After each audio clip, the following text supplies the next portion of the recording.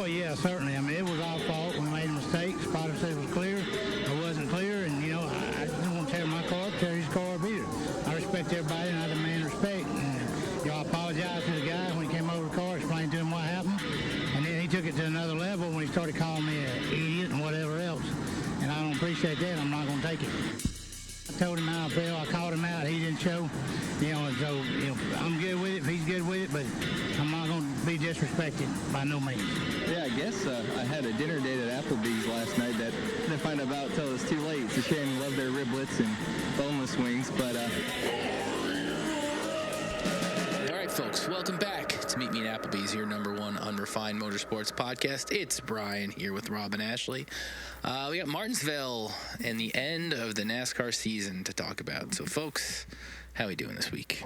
I'm doing good. It was a nice little weekend up here in New England. Hit the racetrack, sat in the backyard, showed my new next door neighbors, exactly what happens on Sundays out there. Yet to find out if they like it or not, but I'm sure they'll make it known. How you doing, Truelove? I know you had a big weekend. I am tired. Yeah. Very tired. And I sustained a mouth injury when I was blackout drunk, so hopefully I can make it through the episode. Oh, no. Did you stick to your hot dog regimen? Well, you don't have to answer that yet, actually. We can go day by day, I suppose. Yeah. An injury. That's a shame. Mm-hmm. I wish I knew how it happened. I only have educated guesses. So. Jesus. Oh, man. So when did you get to Martinsville? Martinsville, Friday around noonish. Oh, okay. Maybe. So Thursday was a travel day for me to go to Charlotte to meet up with my buddy Jeremy, and then I rode with him to Martinsville on Friday. Nice. So. Nice. Well, I guess we can talk about the modified race first since we're rolling into Martinsville. Apparently, I'm the only one that watched this, so we'll keep it brief. But, of course, the last race of the season for the Wheel and Modified Tour had a nice little points battle between Austin Beers and Justin Bonsignor. This would have been Austin Beers' first title if he was able to wrap it up, which he eventually did. But we'll get to that in a second. I think if Justin Bonsignor won, which he absolutely dick-stomped him, Austin had to finish 6th or better, and that was a little sketchy for a little bit. So I was having heart palpitations the whole time, but I'm getting ahead of myself here. Half the field were Smart Tour regulars because the Tour can't really draw that many cars anymore, because it's tough to get them down from the north and vice versa. But the Smart Tour was willing to fill in and stick to their usual antics as they immediately wrecked on lap 1. We got a wreck between Ryan Newman and Connor Jones, which was so fucking appropriate for it being a race in Virginia. A few cautions throughout. Again, pretty good racing all the way through. A huge wreck on lap 108 on a restart when Matt Hirschman didn't get his foot down in time, or something happened, just spun his tires and wrecked about half the field. And definitely gave Justin Bonsignor and Austin Beers both minor heart attacks, but they were able to get through there and battle it out to the end. Beers ended up getting second in the race with Justin Bonsignor winning, but it just wasn't enough for Justin to overcome. And Austin Beers is the youngest ever NASCAR Wheel and Modified Tour champion. And let's give him a round of applause, because I fucking love Austin Beers, and I love the team. Shout out to Mike Murphy. He's the team owner for KLM.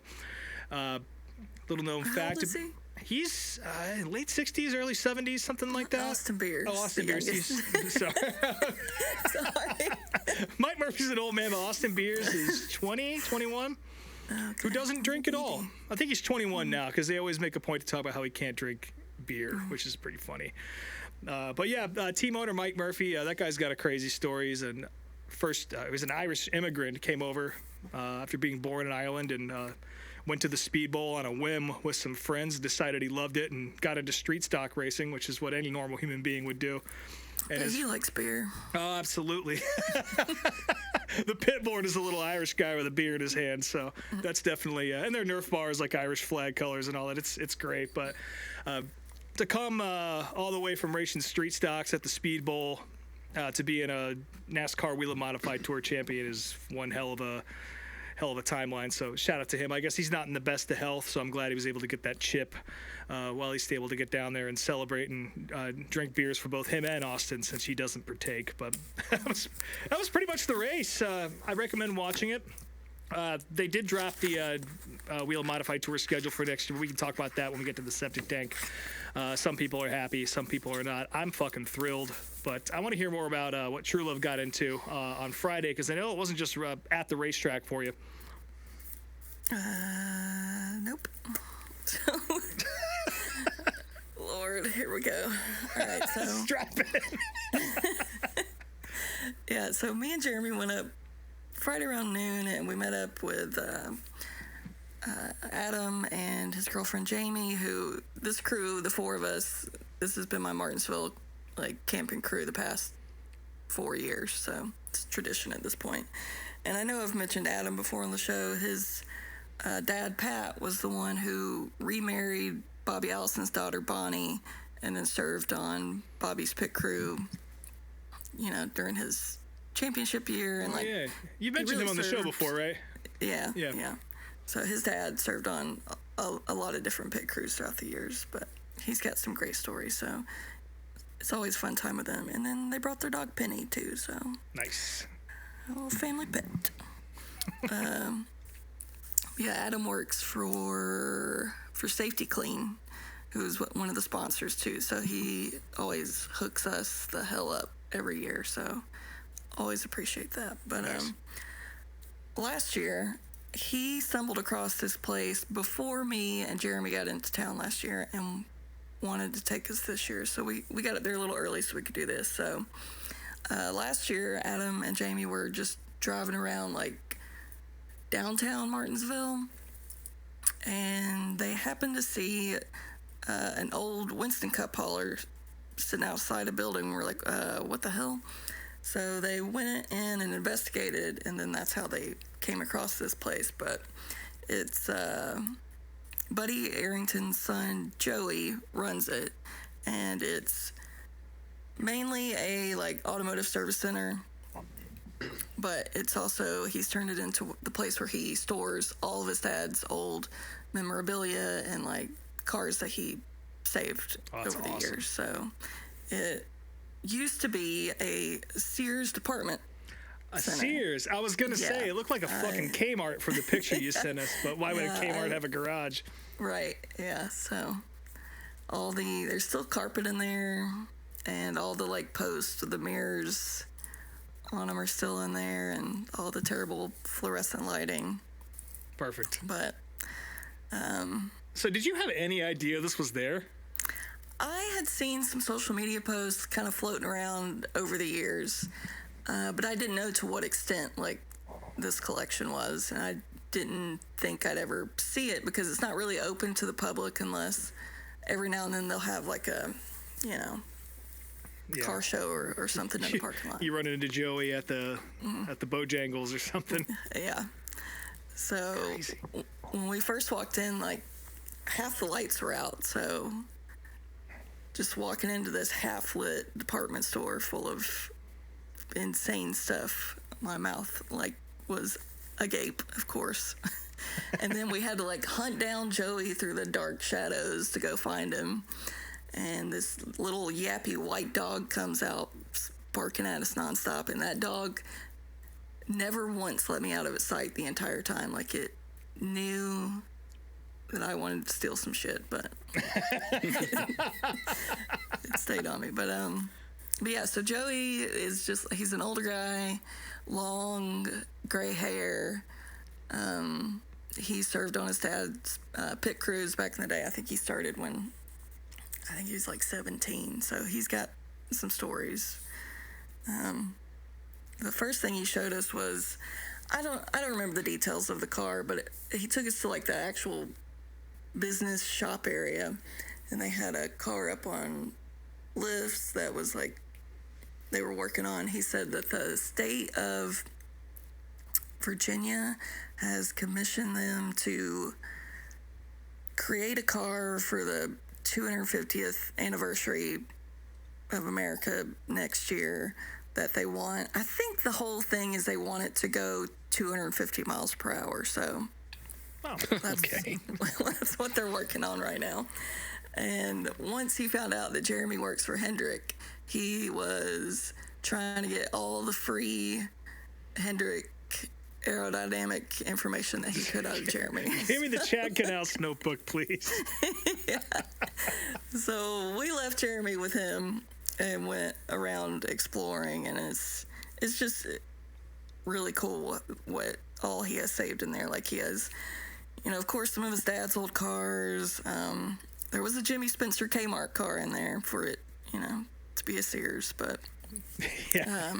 there was an entire huge long wall of nothing but, like, I think they were mainly Joey's, but old, crew jackets, crew shirts, old T-shirts, a lot that I had never seen before. Just This is why they have the loss prevention dog, I would imagine. yeah, 100%. Because anytime I got near that wall, that dog was on my ass. But just really incredible. And of course, most of it's Dodge stuff because that was a Dodge team. But yeah. There's also, you'd appreciate it, Rob, there was a modified in there that was sponsored by Clarence's Steakhouse, which is Nice. a legendary Martinsville spot. Yes, it is. Did you get any pictures? Yeah, I got lots of pictures. Oh, yeah, so send me that. I'll do some research on it. I'll be sure to... the name on the side of it said Satch. Yeah, Number Satch Worley. 26. Yeah. Okay, so... I Yeah, forgot that he was was really sponsored by cool. that steakhouse. That's fucking amazing. There's a Satch Worley car in there. Now we got to go. Did you get his number? This number, it's one of those places where you just kind of walk in and smooths with the ladies behind the front desk, and They'll they let you just in. say, yep, go on back there. So... Nice. He did give me shit, though, for coming in wearing a Chevy hat and a Bill Elliott jacket in a Dodge shop. But, oh, well. Yeah, it's the original NASCAR version of the wearing Adidas and Nike at the same time. Well, I was like, hey, I'm an Elliott fan. One's a Chevy, one's a Ford. I can't help it, so. Yeah. None of them are. I didn't make these rules. Oh, man, that's so Bill fucking Elliott cool. drove a Dodge and he won a couple times in it. He did. Could have wore one of those. That's true. Man, I can't believe that's really there. good. I had no idea that shop even existed. So that's amazing. You got to see it. Yeah, I didn't know to, like, what extent it was. But if you're ever in Martinsville, it's called Speedway Service Center. So, look it up. Look for the abandoned Sears. Yeah, there should be an old Winston Cup Series hauler parked outside around back. So, Amazing. yeah, so very neat. After that, we went back to the track, and before the truck race, and we did our fan zone walk real quick, and that's where we stumbled across a lady walking around with a bag full of full-sized Sweet Baby Ray barbecue sauce. There's like 6 Oh, yes, bottles. I remember this now. And I was so fascinated with why this lady would need 6 bottles of barbecue sauce in her bag. But Did you find out? I eventually saw a little setup that they had, but that still doesn't explain to me why she needed 6 of them. I don't think I can get through 6 in a lifetime, so they're going to be no, expired absolutely not. before she can get. Before the end of the weekend. So, and there was also a guy walking around in a furry wolf head costume. So, Well, it's That damn woke NASCAR. yeah, it's still better than one of those big foam hats that William Byron wears. oh, so true. So true. We actually had pit passes for the truck race, which I've never had because I've never had a reason or desire to go in the truck pits. But since we had them, we decided to, go make a lap in there before the race started. That's cool. Jeremy used to work for a colleague, so he's kind of buddies with Hemrick. So he stopped and talked to Hemrick for a little bit, and I kind of sat on pit wall waiting. And while he was talking to him, Hemrick was eating his dinner on pit road next to his truck. It was just like a bowl of noodles, and I watched him as he just like kept dropping noodles all over the ground and just kind of kicking them under the wall. If there were any pit road mishaps in that race, I'm going to blame those noodles. Getting all of his pre-race nutrition in, doesn't matter where it goes, just got some of it's got to get in there. Just grease all over his suit, little spots. Mm-hmm. Yeah. That's unfortunate. Time for the truck race. So we went and sat up in like turn one. I wanted to hang out with Andy Newsom that night, but they kind of got into town late and didn't get into the truck race until I think it had already started. So didn't sit with him during the truck race, but I did get my first 3 hot dogs of the weekend in. Nice. And just, I guess we can talk about the race now. My only note was that Norm Benning's truck sounded like it was begging to catch on fire again. So that's to be expected, I guess. Yeah. So, yeah. Yeah, I enjoyed the truck race. I actually watched the truck race it's like the 3rd time this year. I think I've watched a truck race in its entirety. Even the one I went to, I didn't watch in its entirety. So definitely, I'm a Caden Honeycutt fan. I'll say that. So I was very thrilled to see him get in, despite the purist in me thinking it's not appropriate. But I fuck with Caden Honeycutt, so I'm excited for that. I was upset with Honeycutt that race after he cut Raja's tire down and Raja wrecked and got knocked out of the playoffs. But yeah, you'll have that. It seemed like that the was least egregious of the egregious moves of the weekend. Yeah, like from home, both of them, both Raja and Caden, were like confused as to what happened. So like it just seemed like a racing deal that it happens sometimes. So it didn't. I don't think it was as certainly wasn't as bad as LaJoy shipping the fuck out of Tony Brenninger. Oh yeah, I forgot about that. He officially hates women, as far as I'm concerned. You heard it here first, folks. Official statement. I'd probably ship Tony if she's in front of me too. Shit. Oh man, but yeah, that's. What else happened in that race? I did watch it, like I said. Not a whole lot. I mean, it was fine. There wasn't that much. I mean, it'll be a theme throughout the weekend, but there really wasn't as much, playoff ending confusion and calamity as there were in previous years. I mean, Lane Riggs was doing his best to get up front, and I'm trying to think who he had kind of a rough exchange with at the very end to try to get his last spot, but he got the spot and it didn't matter anyways because Caden finished ahead of him, so it was kind of all of a moot point. But even then, like, I think whoever he was battling with still finished behind him anyway, so it's not like he spun the guy out. He beat him for one position. Just hard racing. But yeah, so we got of course Corey Heim, who is about to get robbed like a motherfucking Phoenix. Of course, Caden Honeycutt, who they did not interview after the race, which is fucking unbelievable. No, they interviewed him on the big screen at Martinsville, and I feel like I recall him like getting emotional in the interview. Yeah, but the TV didn't see it. Didn't make it on TV, that's for sure. Yeah. We got Tyler Ankrum for some reason. I forgot he even won a race. He did some little interview with Bob Pockrass today talking about because Harvick talked about if Heim and Zilic don't win the titles, it'll make the series look like a joke. And Ankrum just gave some like kind of funny reply, but he talked about like if he wins, he's gonna get a Corvette and blast Journey. And like what the fuck are you talking about? Jesus. Like what decade are you living in? I mean, that is an appropriate response to winning a truck title, but it doesn't change the fact that it's going to be kind of goofy if Tyler Ankrum does win. I don't know. That's the most likable thing he's ever done in his career. I guess. Remember him bitching about his electrical problems earlier this year? Yep. Throwing his whole team under the bus? Yeah. I remember that. That kid. Ugh. Yeah, and of course, Ty Majeski up in there, so... Yeah. But I think there's one victory between. I don't think Ty's won this year, so there's one victory between all three of them.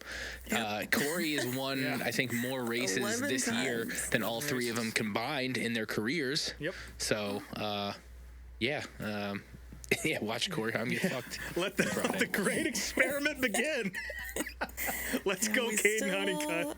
have Mama Smith being an absolute chill all over social media this week. Yeah, the lights will be shining bright for Tyler fucking Ankrum next week. Blinding us off his bleach blonde Well, hair. he's certainly got the best betting odds. If you want to make money, Tyler's the one to bet on. That's for sure. Yeah, that's for damn sure.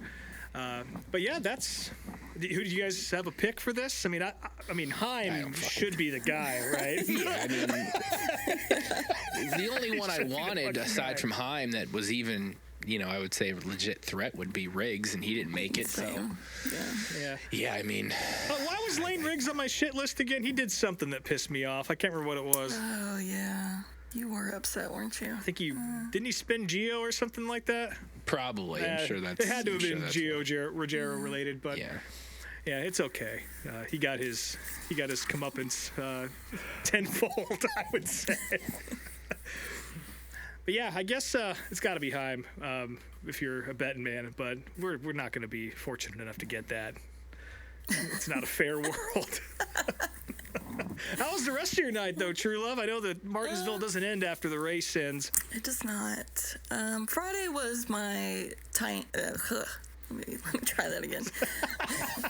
Friday was my tamer evening. Oh. So we camp in, like this year we camped in this guy named Scotty's yard who we met last year. Normally we camp in this lady named Dorothy's yard who lives next door, but Scotty has a little bit more amenities, I guess, with like hookups and more space.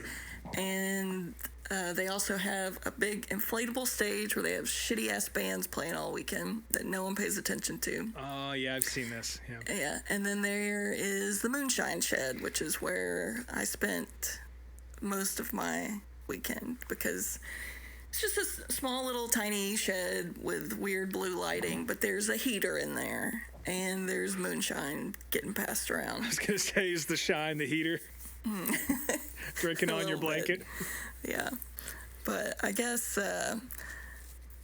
they call it like Will and Jeffrey's place. Will and Jeffrey are two adult autistic twins who are very much on the spectrum, and like this is like their safe space, I guess. So he wanted to create this area where they could come to NASCAR races, which they love, and then have a safe space. So this blue lit moonshine shed is all right. Also my safe space as well. Sounds great. Yeah. There's also like a keg in there. There's like a taxidermy bear. There's terrible art. Random food shows up sometimes. But this first night, so Andy Newsom was here this weekend, but they camp way on the other side of the track in a different yard. But their main crew wasn't showing up until Saturday, so it was just Andy and this girl Jennifer that I've met, and like her son and boyfriend. So I invited them over to hang, and it was a pretty tame night. I did meet a lady named Sherry who I'm going to talk about, and she's never going to hear this, so Sherry revealed to us that she's 46, even though I thought she was my mom's age. She has the quintessential bleach blonde spiky short Karen haircut. Yeah. And she was just high quality entertainment for me. She was very gossipy, very judgy, very blunt. The faces she made were incredible. She, at one point though, she was dropping the hard R, and I was like, oh okay, ma'am. So, yeah. We're not that cool. Her husband was there too, and at one point he was talking to someone for a while, like pretty up close, and she turns and looks at me and she's like, is my husband talking to a man or a woman. What is that? And I was like, that's Scotty, the man's shed that we're in. That's his girlfriend. So that was just, for me, Ma, that was quality soap time. Jesus. Live reality TV. Yeah. That sounds fun. Yeah, I got in bed at a reasonable hour that night. I didn't wake up hungover that day, so. Nice. So yeah, that was Friday. And then Saturday, I guess it's time to talk about Saturday. Yeah, there's 2 more days in the weekend. So Saturday morning, we wake up and, okay, so let me try to explain this. So the yard that we used to stay in next door, it was an old lady named Dorothy. She's probably like, I can't remember, she's like 80 or 90 years old, but sweet lady. And she bakes like pies and brownies and sells them all weekend. But that house used to be her parents' house from like, I don't know, the early 1900s or something. And then she lives down the street. But she rents out that house. And last year she was renting it out to a crackhead couple. Nice. And this year, when we show up, the man crackhead was gone, but the woman was still there. And we figured out that the woman is Scotty's new girlfriend. So Ooh. There's supposed to be a shower out back that the campers can use. And we asked her if we could use the shower. And that's how the crackhead shower was born, because we went in there and dear God, I felt dirtier coming out of the bathroom than I did when I went in Like the bathroom. train spotting in there? Yes. It was just tiny. The only thing I remember is there was a water pick on the back of the toilet that had an inch of dust on it. It was so disgusting. And in the shower was like 2 foot by 2 foot. There's no room in there. And there was a shelf right in front of your face, and on that shelf was a bottle that said for internal use only. Okay. Yeah. So that was the crackhead shower. did That's how I you- started off my Saturday. Did you use the bottle? No, I didn't touch anything in that shower except the water. After that, we decided to drive down the street to the Gypsy Tents at the gas station. And these had like a ton of sheet metal, like more sheet metal than I've ever seen in my life. And it was like 2 main tents, I guess. One tent was this lady who had a bunch of vintage shirts, but the prices were... Oh yeah, I know exactly what you're talking about. I've insane. experienced that lady at every Darlington race. She sucks. She's the Yeah. one that in the spring when I was looking at her tent, I overheard her on the phone. Somebody's, "Oh, Dale Jr.'s going to come down and buy this Wrangler shirt I have." I don't think he ever did, but Not that little Asian lady, right? no, I don't think she's This lady Asian. wasn't Asian. Okay. Yeah. There was a Bill Elliott shirt over there that Adam was like, "Hey, Truelove, do you have this shirt?" And he held it up. I was like, "Yeah, I got one of those at the house. It's just like a basic red one from '88. I probably paid $15 for it on eBay. She had $125 on it. I was Yeah, like, her prices, like shit that I Don't would make sell for sense. $30-40 are like 100, 150. It's insane. Jesus. Yeah, and then at the other end, there was another guy with a booth who had nothing but old stuff too, and his stuff was like super rare and super cool. It looked like a curated, like, my mouth is broken. It looked like, museum shit, but the prices too were too much for me. So The one that's been good both this year, actually no, just this year, but there's been one trailer that's shown up to Darlington twice that has just been boxes of dead stock stuff, and sometimes you'll find cool shit. Like I know my buddy Bobby found a bunch, like 10 Ricky Craven, Kurt Busch Darlington t-shirts at one of the races, and I bought like $100 worth of shit at the last Darlington race, but it's really cheap, but you really got to dig through it. Yeah. yeah, it wasn't wasn't in the mood for digging. So. You had to face that shower again. Yeah, yeah. I wasn't gonna do that. That was my only crack use shower of the weekend. So yeah, we went back to the track and went down in the pits for cup practice and qualifying, just to kind of do some laps, take it all in. I don't really have any notes from that other than I did get to spot Dave Blaney hanging out on top of Ryan's hauler watching practice. So nice. Yeah. And then it was time for the Xfinity race.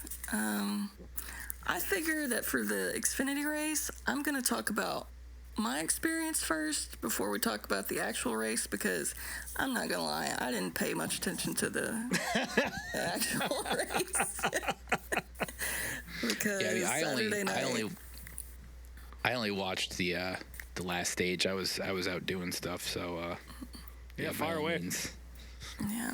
So Saturday night was when Andy Newsom and his whole full crew showed up in full force. So these guys party on another level that I, at 40, could never do. But yeah, we went and found them. They were taking up like the first 3 rows, so you already can't see anything from that vantage point. So there's nothing really to do but drink and yell. Yeah. Andy was showing off his brand new Make America Loco Again hat. I saw that. I was wondering if they were handing those out or something. I think someone brought it to him. So I'd like one of those. yeah, our buddy John was there. John lives in Pennsylvania and drove down overnight Friday throughout the night to get there, and got there probably early morning, probably got 2 hours of sleep, and then woke up and went straight into party mode. So by this point, John has on Andy's blonde mullet wig that had seen all kinds of shit. And I noticed that as we were standing for the prayer, John had a very heavy sway going and almost fell over a couple times. And then very shortly into the race, he was passed out. So, R.I.P. John. You'll have that. Yep. Andy had a water bottle full of whiskey that he was chugging, and It's a pro there move. was a off-brand tin can of meat that he was cutting What off else is he slices gonna eat? of with a He's not key, going to of eat the hot course. dogs. He's going to bring his own canned slop.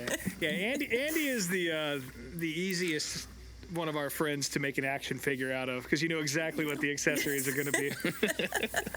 Fucking love that guy. This was an off-brand that not even he had tried before, and even he was disgusted by it. Oh, And no. so of course I had to try it, and it tasted like soap. So Also for external use only. our buddy Ross, who we've probably talked about on here before, I think, Oh, yeah. Rob, you've met him. He had a giant plastic bottle of peach something, but it looked like a bottle of Pine Sol. I had my next 3 hot dogs. Nice. 6. Yeah. They were shotgun and twisted teas, and I was not about that life. Yeah, I can't Very do yeah. the shotgun of the sugary shit, man. No, same. Very first lap of the Xfinity race, I get hit in the face with a giant chunk of rubber. So And this isn't even your mouth injury. no, it's not. It's not face injury. Let's see here. The Yoo-Hoos got brought out at one point. It's passing those around. Good. Dicks were getting drawn on arms out of Sharpies. Perfect. Penelope, who is Ross's fiance, at one point she fell backwards and hit her head on the bleachers. Oh. And then didn't remember it like an hour later. So Concussion I had protocol. yeah, we kept her awake for a long time after that. But she was great. I had such a fun time with her because finding female NASCAR fans to connect with in this realm feels so rare. So hanging out with her and Jamie all weekend was really what I needed in That's awesome. that mess. So also finally got to meet friend of the program Albert, who runs the NASCAR Pulp account. Oh, no kidding. That we all love. So didn't get to hang out with him much though, because he was kind of like John's babysitter, so he had to carry him away to their campground after the race. Also on concussion protocol. Yes, absolutely. And then towards the end of the race, Josh Davis showed up. Nice. And he was there with his dad, who I've always wanted to meet. I've always heard so many stories about his dad, so I finally got to meet him. So that was so fun. Yeah, Charlie's cool. I've talked to him on the phone a couple times. Yeah, He's a good same. guy. So I was excited to meet him in person. I guess they were living that sweet life before that. I guess probably host of our whoever hooked him up, but he was telling me about all the free shrimp they were eating in the suite. So I was Nice. a little disappointed that he didn't bring a shrimp, but. Some of the leftover Ty Dillon stock. So yeah, that was how I spent the Xfinity race. There was a race happening, and we would yell things at people, but it was really hard to see much of the action from that close to the track. So I mean, Saturday it was a more of race. party. Yeah, it's pretty good. It was fine. I mean, like I said, I only saw the last stage, but what I saw was fine. And again, wasn't a shit show like we all were kind of expecting it to be. Aside from, I guess, after the race, which Tweedledee and Tweedledumbass getting at it. I don't know when we'll get into that, but I don't know. I mean, out of well, no, I was gonna say the Cup Series Final Four is pretty on point with who should be there, but I mean the Xfinity Series is pretty on point too. I mean, we've got obviously Zilich, Allgaier, Carson Kvapil, and Jesse Love are the Final Four, which All is Chevys. All Chevys. yeah, all Chevys. But I mean, Xfinity is, well, I was going to say they're only a couple Fords, and Gibbs is pretty much all a Toyota. But and Sam Hunt, but yeah. That's... But Gibbs did win. We got Taylor Gray finally got his first victory. Yes, we did, which was folks. good to see. And speaking of post-race stuff, we still don't know what happened to cause this. So, but go ahead. do you know? Go ahead and tell them, and I have some additional detail. Okay, so yeah, Taylor Gray's dad was suspended indefinitely after the race. And Rob, I'm excited for if Rob has some details here, because nobody really knows why, and it's weird to get indefinitely suspended after your kid wins. So, I'm dying to know how that happened. It's not as cool as you would hope. From what I gather, he pushed through some security guards to run down onto the racetrack to celebrate with his son. Oh, well, that's bullshit then. That's not. Yeah, that's not. what I That's heard. yeah. That's what I don't know how true that is, but that's the word I'd heard, and it was just him brushing off NASCAR security and running out there and into a place where he wasn't allowed to be at or some shit. So I'm on Team Gray all the way here. We don't get to see New Mexicans win anything very much.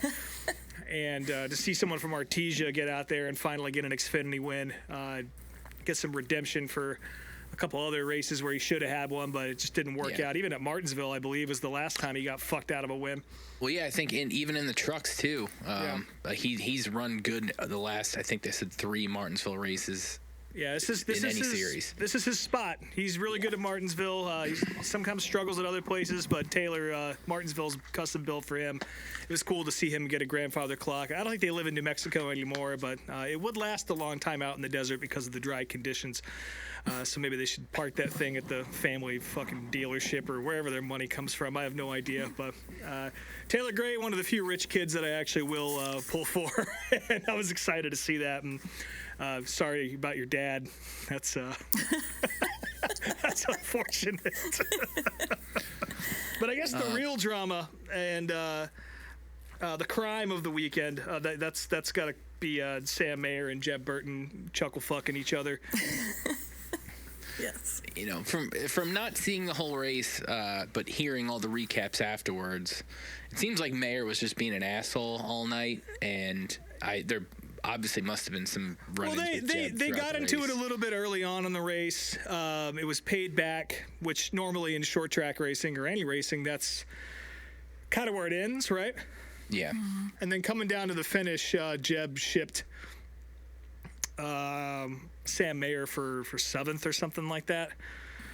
Probably still mad. And then on the cool down lap, I don't know what kind of view you had of this, Truelove, but Sam Mayer just absolutely wrecked the fuck out of Jeb Burton.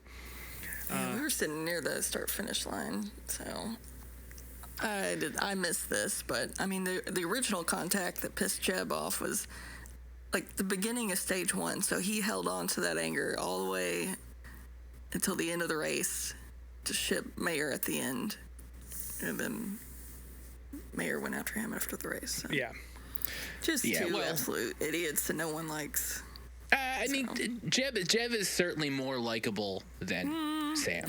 He's definitely more. Yeah, I gotta agree. If we're voting on this, I'm definitely a Jeb Burton guy over a Sam Mayer guy. I'm pushing them both off the cliff. Jeb has some redeeming values to him. I don't hate him. I don't hate him. He's the Jeffrey Earnhardt of the Burton family. That's kind of how I look at it. I get it. Not a compliment. I don't know how I feel about that, But no, after the race, then Sam does his interview and he says he's got the shit factor, and he's like, he should be watching out. I got a fucking purple spoiler. You got to race us differently and all. That's what pissed me off the most. You can run your mouth all you want, say your cute little slogans that you thought of in the car and thought you'd get a little zinger on old Jeb, but when you start talking about your fucking dumbass purple spoiler, that's when I get fucking legitimately like hot-blooded, because it is no one's prerogative to race you any differently just because you're in the playoffs. I'm sorry. It's probably driver code or a good idea to give somebody a little grace, especially if you're not racing them directly, which Jeb was for position. They were kind of near each other all night, so that's a race. But that's by no means a trump card to get you out of any sort of battle with somebody who doesn't have the same color spoiler as you. So fuck you, Sam Mayer. Fucking prick. And unfortunately, cooler heads, at least from Jordan Anderson, prevailed, and Jordan was the one that went over to confront Sam afterwards, because Jeb would have beaten the ever-loving Jeb was on his way down there and got intercepted by security, which was probably for the best. Jeb would have absolutely destroyed Sam, and hopefully he would have used one of his real father's moves and did a tombstone on the hood of his car. I wouldn't fuck with Ward Burton either if we're talking the dad here. That guy has probably taught his son some ways to kill somebody just by touching him with his pinky. Some backwoods Virginia shit. But yeah, this all led to Sam getting suspended on Tuesday, and good. It's one of those things where I think just the entirety of it is why. I mean, obviously the wreck wasn't dangerous, but it was after the race, which is a no-no. And then going on TV and straight admitting what you'd done, also, we've seen that get people in trouble plenty of times. So, yeah, he's not racing next week, and he shouldn't, and fuck him. Yeah, and another insufferable driver, Ty Gibbs, of course, had this to say about him when they got into it. It's like, there's a reason why he's not racing on Sundays. And this is a prime example of that. He just keeps being a dumbass, and didn't he thank the Lord too? I think he batted. He did. He threw in a god. He threw in a god. He batted for the cycle on that one. Just all the things to piss me off. Talking about your spoiler, thanking God, and saying that it was God's. It just wasn't the right time, and that was God's plan. Which that's not how that works. But I don't know. Fuck that guy. Allgaier was also real pissed at Sam after the race and confronted him. So if you pissed off Allgaier, then you really are a turd, so. Absolutely. Well, they were teammates, so I'm sure he's dealt with many a Monday morning meeting with... And even Junior on his podcast talked about it. It's like, listen, Sam was one of our drivers, and, this is why he's not in Cup. I mean, he's got the speed for it, but he does not have the judgment to make smart decisions. And picking fights with Jeb Burton. Yeah, but the good news is Justin Allgaier, of course, going to the playoffs, or the playoffs. He was in the playoffs. What is the championship round? There we go. That's what we call it. Connor Zilic, of course. I think that the show was Carson Kvapil making his way into the Final Four. He was the show on Saturday night, no question. Yeah, and it was revealed today. I didn't listen, but I saw the clip that JRM did secure a sponsorship to get him in a ride all season long. It still sounds like he's going to be not in the one car every race, but he'll be in a JRM car every race next year. So good. It's been settled. That's good to hear. And who's the other guy? I forget who I mentioned already. Love. Jesse Love. That's right. Yeah. So decent Final Four. Yeah, and that one, for as good of a season as Zilic has had, I think there is a chance he doesn't win.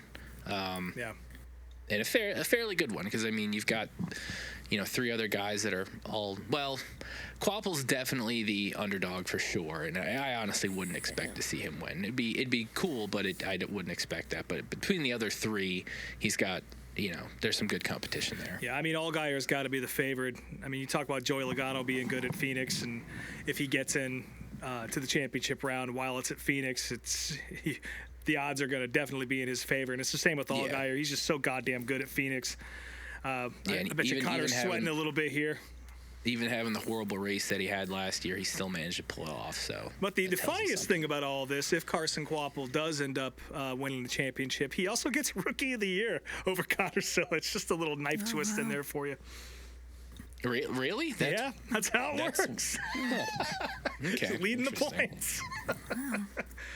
Yeah, hopefully we don't ever have to talk about this bullshit again after this season. But it should be another decent show, I guess, in Phoenix. Xfinity shows are usually pretty good, right? Yeah. How was the rest of your Saturday night? What's the bad night? I can't say that I really remember much of Saturday night. There it is, yeah. So normally at Martinsville every year, there's a big hill in the general camping. Big hill is never a good start to a story.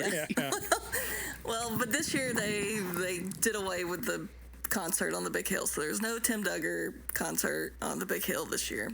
So there wasn't really like a main party to go to. So of course we invited all the guys over to the moonshine shed to take that over and to drink all their moonshine. So that's what we did. So back to the shed. There was a lot more moonshine getting passed around that night, and my weakness is always like apple pie moonshine because that shit is so tasty. Yes, it is. And that was my downfall. So all I know is by the end of the night, thank God for Jamie, she made sure I got back to the RV and she fed me and tucked me into my little couch bed. So that's nice. I woke up confused and with an injured mouth, and still drunk. But so you have no idea where the injury came from? I've narrowed it down to two things. Okay. So Jamie fed me chili before bed. That she always cooks a big crock pot of chili before bed. Nice. Or for the weekend. So she got some chili in me. So either the chili was too hot and I burned the shit out of my mouth is option A. And there was also a big tub of Chex Mix that I was eating all weekend that I woke up. It was next to my bed too. So I might have drunkenly eaten Chex Mix at a long angle and cut the shit out of my mouth. I consider myself a snack connoisseur, and Chex Mix, you got to really be firing those things down at I don't know what kind of rate you got to be to injure your mouth. So I am going to go with a burn. Blackout drunk on moonshine. There's really no telling. Yeah, I can see one of those two things. I tend to agree with Brien. The chili does seem to be the more viable option, but I've also cut my mouth on Chex Mix before drunk, so I've seen it both ways. So I'll never know. No one will ever know. You'll find out at the pearly gates someday. Yeah, that'll be the first thing So you woke up drunk. That's good. I woke up drunk. That morning was pretty rough. I was a little disappointed in myself. And then, of course, friend of the program, Kyle Yala, shows up at 11 a.m., so I have to be up and doing things by then. Yeah. Did he give you one of his 7 monsters? He did not. He brought nothing but peach-flavored drinks that weekend for Chase Elliott Luck, and I didn't want anything peach-flavored in that. Yeah, that makes sense. Yeah. So I filled up my water bottle full of liquid IV, and we headed towards the garage. Jeremy decided to be really nice because he had already spent all weekend in the garage, so he loaned Kyle, his pit pass so that Kyle could go do a lap. Oh, that's in cool. the garage. Yeah, because he'd never been to the Martinsville garage. So I took Kyle down there, just walking around hungover with my bottle of bright red liquid IV, and walked down the grid. Checked out all the cars. Got up close and personal with Denny's retro King's Hawaiian scheme. That was which looked cool. much better in person. Austin Dillon's car, I don't know if it made it on the broadcast at any point during the race, but he had like a Winchester duck hunting scheme that was absolutely beautiful. No, it did. didn't. Car to put it on. Did not make the broadcast. Yeah, I don't remember. Don't remember him once on Sunday. Said farewell to Suarez in the 99 and got up close and personal with that disgusting ass non-vegan car. So Yeah, they ran that one again. yeah, they did. I do love that. It is hideous, but Let's see. There was also like people in Long John Silver costumes and chicken costumes walking around together. did you I air your avoided that. grievances to them? No, I was not in the mood. I've never liked people in costumes since I was a child. So. And then we round a corner, and there's Richard Petty. And me and Kyle looked at each other, and we had a moment where it was like a flashback to me and him being at the World Finals last year and freaking out over Casey Kane. But this time it was Richard Petty. So we were... I was a little nervous to approach, I want to just walk up on the king. He was signing some other autographs, though.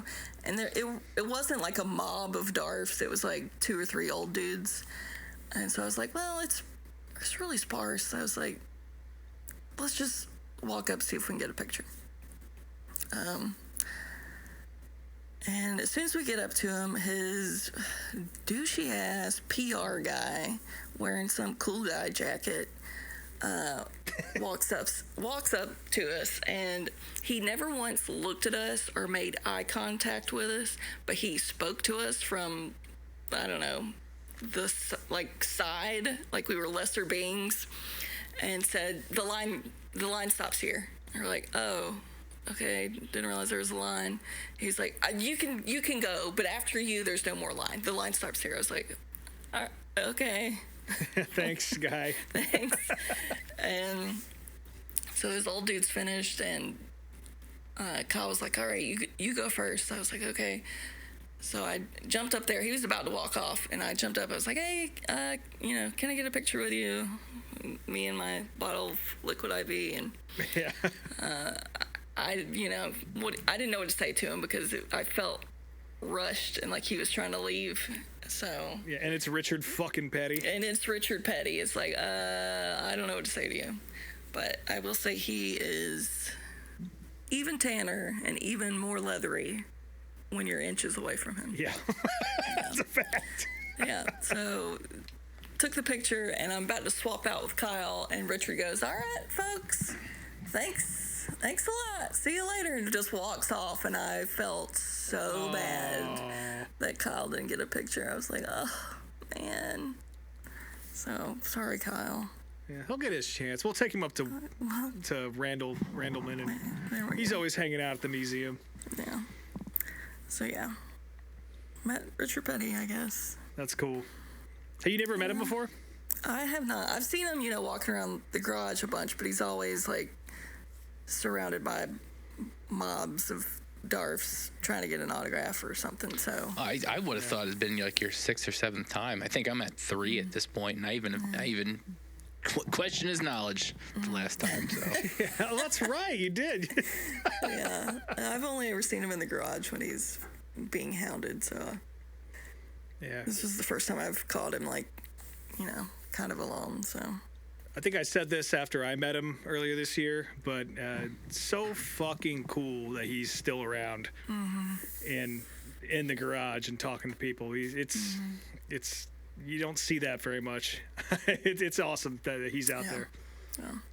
There's definitely a presence. Maybe it's the tanner, but it's the tanner, the leather vest, the all black giant hat.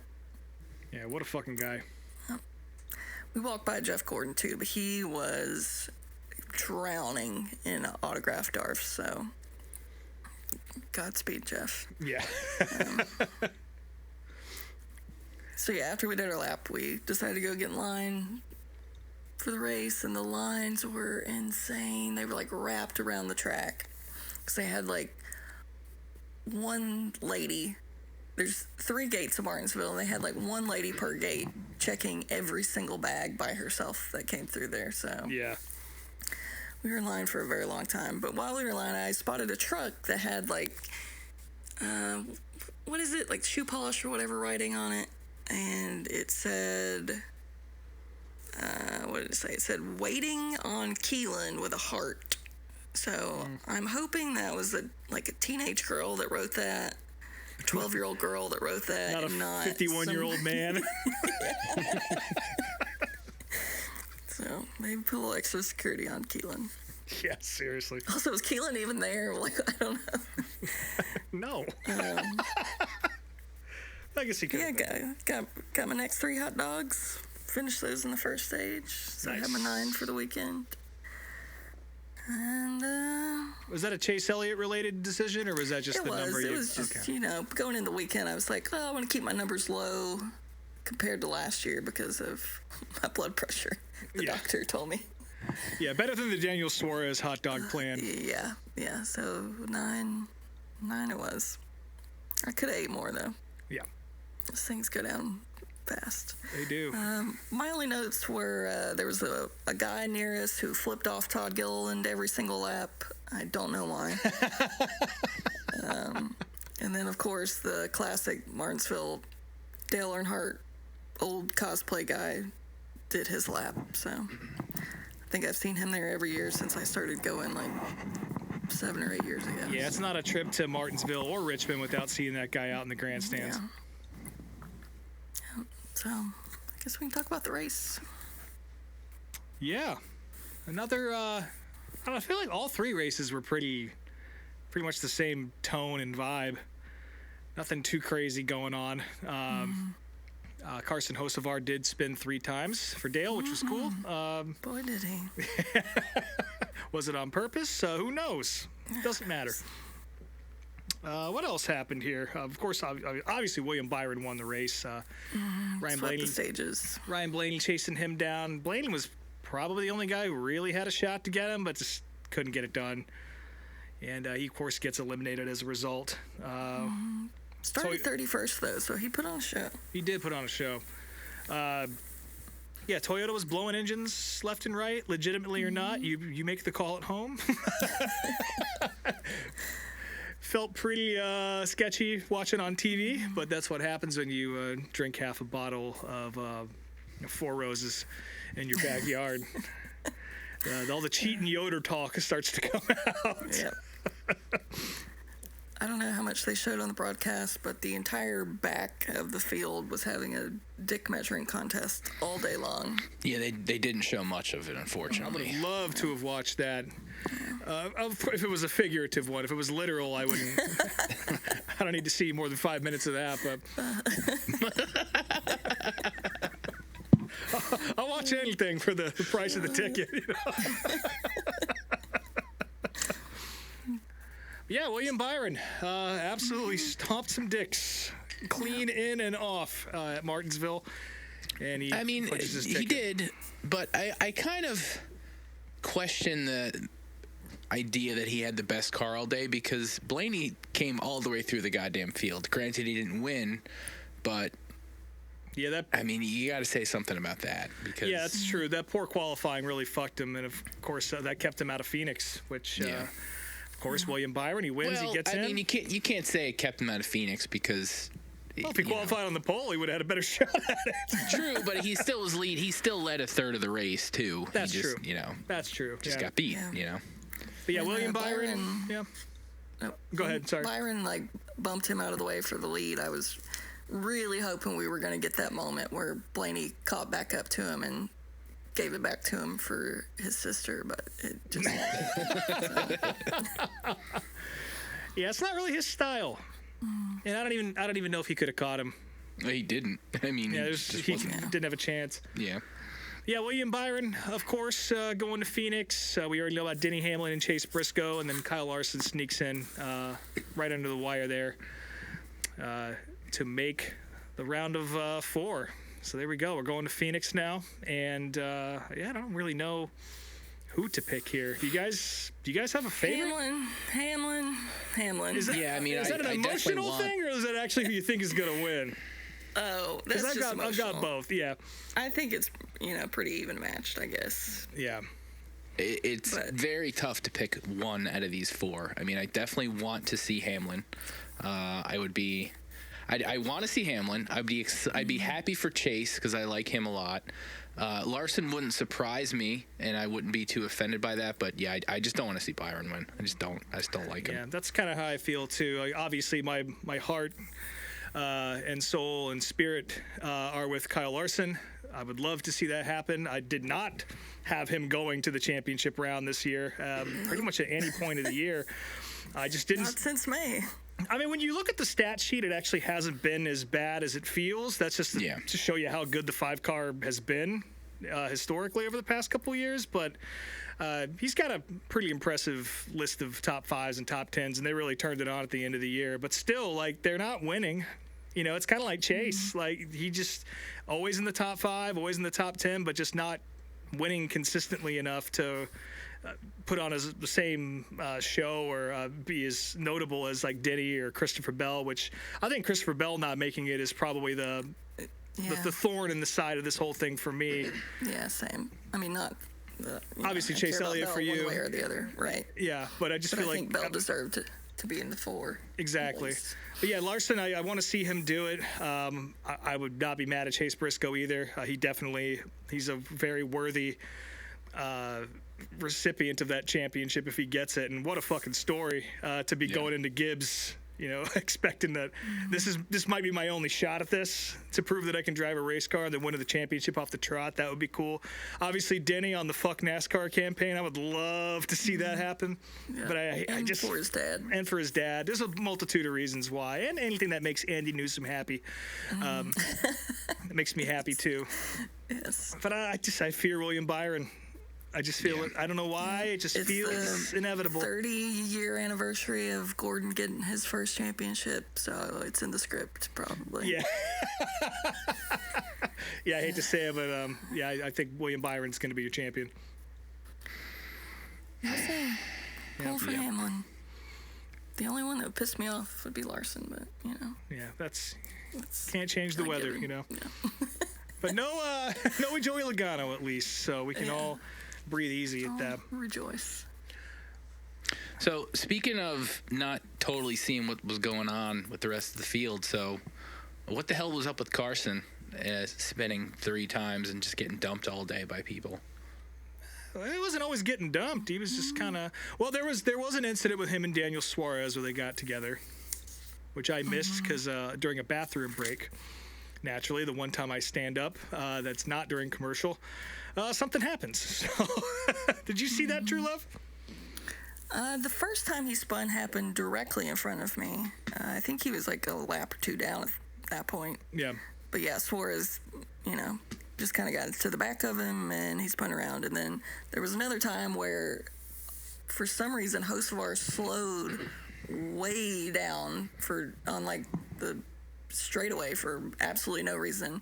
And Suarez got into the back of him again because he wasn't expecting Hocevar to come to a complete stop in front of him. Yeah, I remember that. I did see that one. Yeah. I think there might have been another one where Bubba got into someone, and then maybe that was Josh Berry. I don't know. Who knows? But yeah, Carson definitely. I love Carson Hocevar. I've become a fan, but he doesn't make it easy sometimes. There was also a Cody Ware caution when he lost a wheel. Yeah, apparently the 9th time this year that they've lost a wheel. Yeah. Wow. 9. That's the amount of hot dogs you had this weekend, Truelove. It is. Arby's reduces their steak nugget allowance every time that happens. Yeah.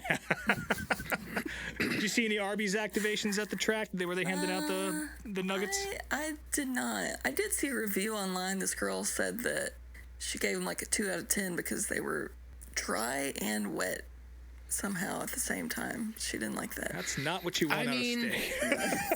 I can kind of agree with that. I will say Arby's is trying to make these things go viral too, because I mean there was the one video that was like an old guy sitting in front of a pile of fucking steak nuggets. Yeah, I saw that. But I saw another one they did with a younger kid, probably late teens, early 20s. He's got the same fucking pile of nuggets in front of him. He drops one on the ground and then like contemplates for like 20 seconds if he's gonna eat this thing. Almost puts it in his mouth, and it's like, you got a whole fucking plate there, guy. Like you don't have to eat that one. But yeah, they're trying to make this shit go viral, and it's just nobody wants them, man. They're not good. I did see that Arby's is releasing a, twill Cody Ware racing jacket. So Perfect. They did. It doesn't have the NASCAR logo on it though, which I thought was funny. Yeah, you can find those in Africa in 3 years once they ship them over in a container, because nobody will buy it. But yeah, nine loose wheels for Cody Ware this year. That's got to be some sort of fucking record. Yep. Turns out that's what the hot dogs I ate were for. Yeah. So how was the rest of your Sunday, Truelove? How was getting out of the track? Did you spend the night? Or were you on your way out of there? So Jamie and Adam stayed there because they had to wait. They were going to haul the RV out the next day, but Jeremy had to work on Monday, so we kind of waited for traffic to die down. We hung out at the camper until it died down, and then drove back to his house, and then crashed on the couch, and he had to be at work at the ass crack of dawn. And I don't know if we discussed this on the show before, but I have been taking the Greyhound to most NASCAR races for as long as I've known you, yeah. many years now. We've told some Greyhound stories before. So I had to catch the Greyhound at 6 a.m. Monday morning in Charlotte, and then of course the bus is like an hour and a half late, which is fun.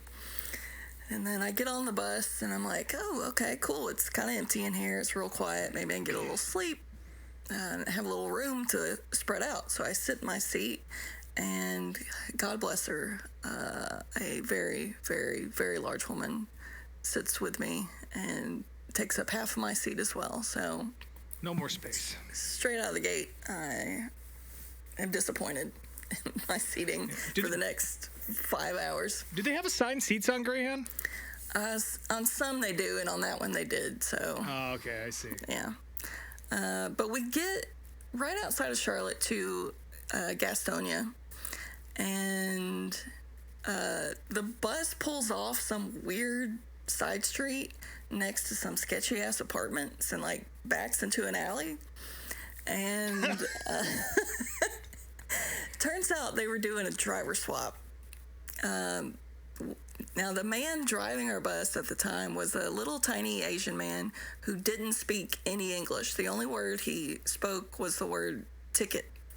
Yeah. And there's a gentleman who's on the bus who comes from the back of the bus to the front to approach this man because this man was supposed to get off the bus in Charlotte and transfer to a different bus. But since the driver didn't speak English, when he asked him about it at the station, he told him ticket. And so the dude was like, all right. So he just got back on the bus, and he looked on his phone and realized we were in South Carolina at this point. Oh, He's like, oh, fuck. So this turns into a argument between this gentleman on the bus and this tiny Asian man who doesn't speak English. So that went well, yeah. Yeah.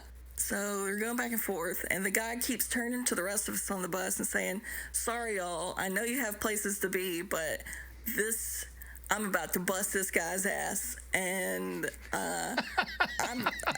you need to call the cops. Somebody needs to call the cops, because we are not leaving this location until this man decides to turn this bus around and take me back to Charlotte." I don't believe that's how that works. No. So since the driver swap was happening, the next driver shows up, who is also another tiny Asian man. And this one luckily speaks English. So they start talking. And at this point, the guy on the bus is very upset and animated and starts like cussing up a storm at both of the drivers and threatening to kick both of their asses, and keeps saying, "Call the cops, call the cops." And he's like, "Y'all," at this point, they're like, "No, we can't take you back to Charlotte. You need to call an Uber." He's like, "I can't afford an Uber to take me all the way back to Charlotte." I'm on He's a fucking Greyhound. Exactly. He's like, "Are you going to pay for the Uber?" They're like, "Nope." They're like, "Well, this person that just dropped you off of the bus to do a driver swap, tell them that they need to drop me back to Charlotte." They're like, "Nope." Yeah, that guy's not going to take you anywhere. Yeah, so they're like, your option is to either go all the way to Atlanta and get it sorted out there, or to get off the bus here and call an Uber. And mind you, it is pouring rain outside and it is freezing, and we're in some sketchy alley. In Gastonia.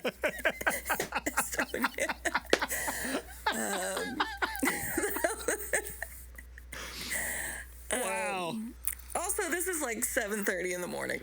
Yes.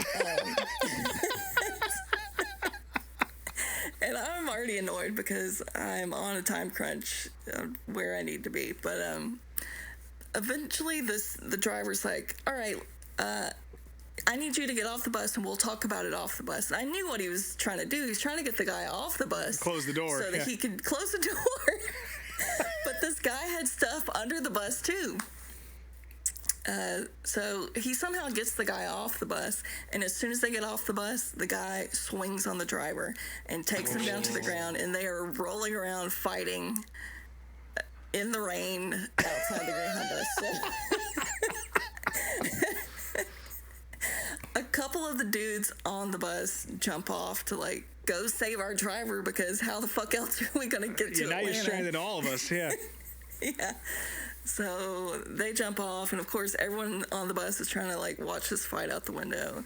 And then the like other two random Asian men who were doing the driver swap show up too, and it's like a whole thing. But eventually, and you've made it all of 2 hours. Yeah. So they saved the driver and kicked him off the bus, and I made it home, and here I am.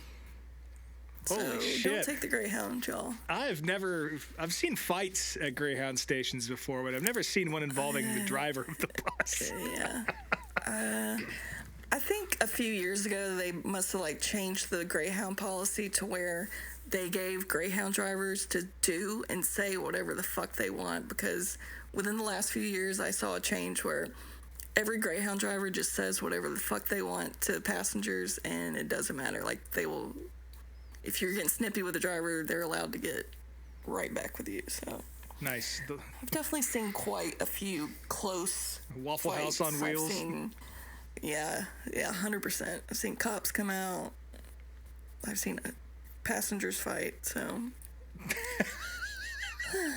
that was topped off my Martinsville weekend. Did you get any photos of the altercation? I didn't, because I was sitting on the other side of the bus. So I didn't have like prime real estate. Yeah. I was so bummed.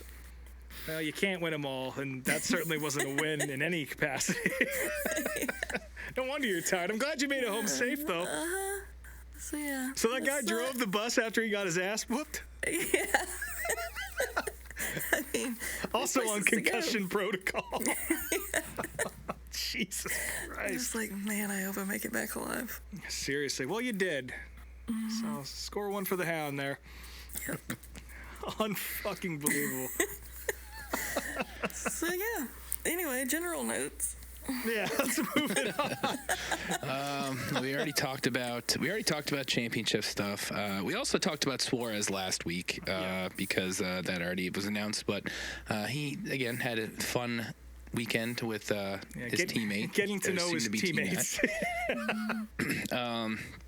Marco Andretti announced his retirement today, which it doesn't really mean much to me, but Marco, I know he's an Andretti. Yeah, he's no longer going to be driving, which I think some would say that stopped a few years ago anyway, even though he was still running the Indy 500. But definitely not as successful as his dad or his grandfather by any stretch. But there was a period where he's winning races, and it's sad to see that name not be on track at Indianapolis. And I don't think there's really any Andretti's out there ready to step in. Either they're way too young or not driving anymore. So definitely an end of an era. And he was pretty handy at Indianapolis. So it's a shame to see him go. And now they're going to have to shut down the Did Marco Andretti Win Today Twitter account, which only posted one win over the past few years. That was an SRX race. And it was quite the celebration when it happened.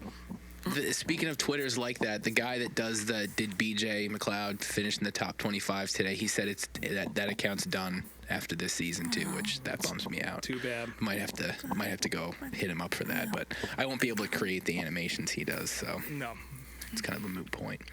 Let's see what else here. Did we talk about Roger already? No, Raja Caruth got announced to run the Xfinity series full-time next year with both JRM and Jordan Anderson, so kind of a similar deal as Quapple had until he figured out his sponsorship, so still a move up for him. He was on Junior's podcast last week, which I still haven't listened to, but I'm sure he talks about all that stuff there. I just want to point this out. Obviously, next year it's changing to the O'Reilly series. Mm-hmm. On our show notes, we have Xfinity Series, Grand National, and Busch listed in 3 separate spots. So that's going to go well for us. Yeah. Whatever the fuck it is, Roger Caruth's going to be running a full season in it. Yeah, this weekend's our final Xfinity race. I guess Xfinity's kind of going all out this weekend to celebrate. Yeah, they said the final stage is going to be commercial free, which is cool. That's awesome. And yeah, hopefully they because they are still going to be involved in the sport. Hopefully drivers can still drop the fastest Xfinity mobile line to get their $200 or whatever the fuck they get. So that's a nice little bonus for them. Speaking of concussion protocol, William Sawalich still hasn't been cleared to run at Phoenix. Curious to see who's going to be in the car for him. Also, we didn't mention this about... Monsignor. That's right. They did it now. Yeah. It would be Monsignor. That's getting his ride back, right? in the most fucked up roundabout way. Also, Ryan Sieg is taking over for Sam Mayer. I don't know if we mentioned that when we talked about...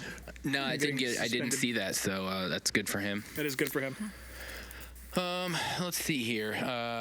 Kyle Busch.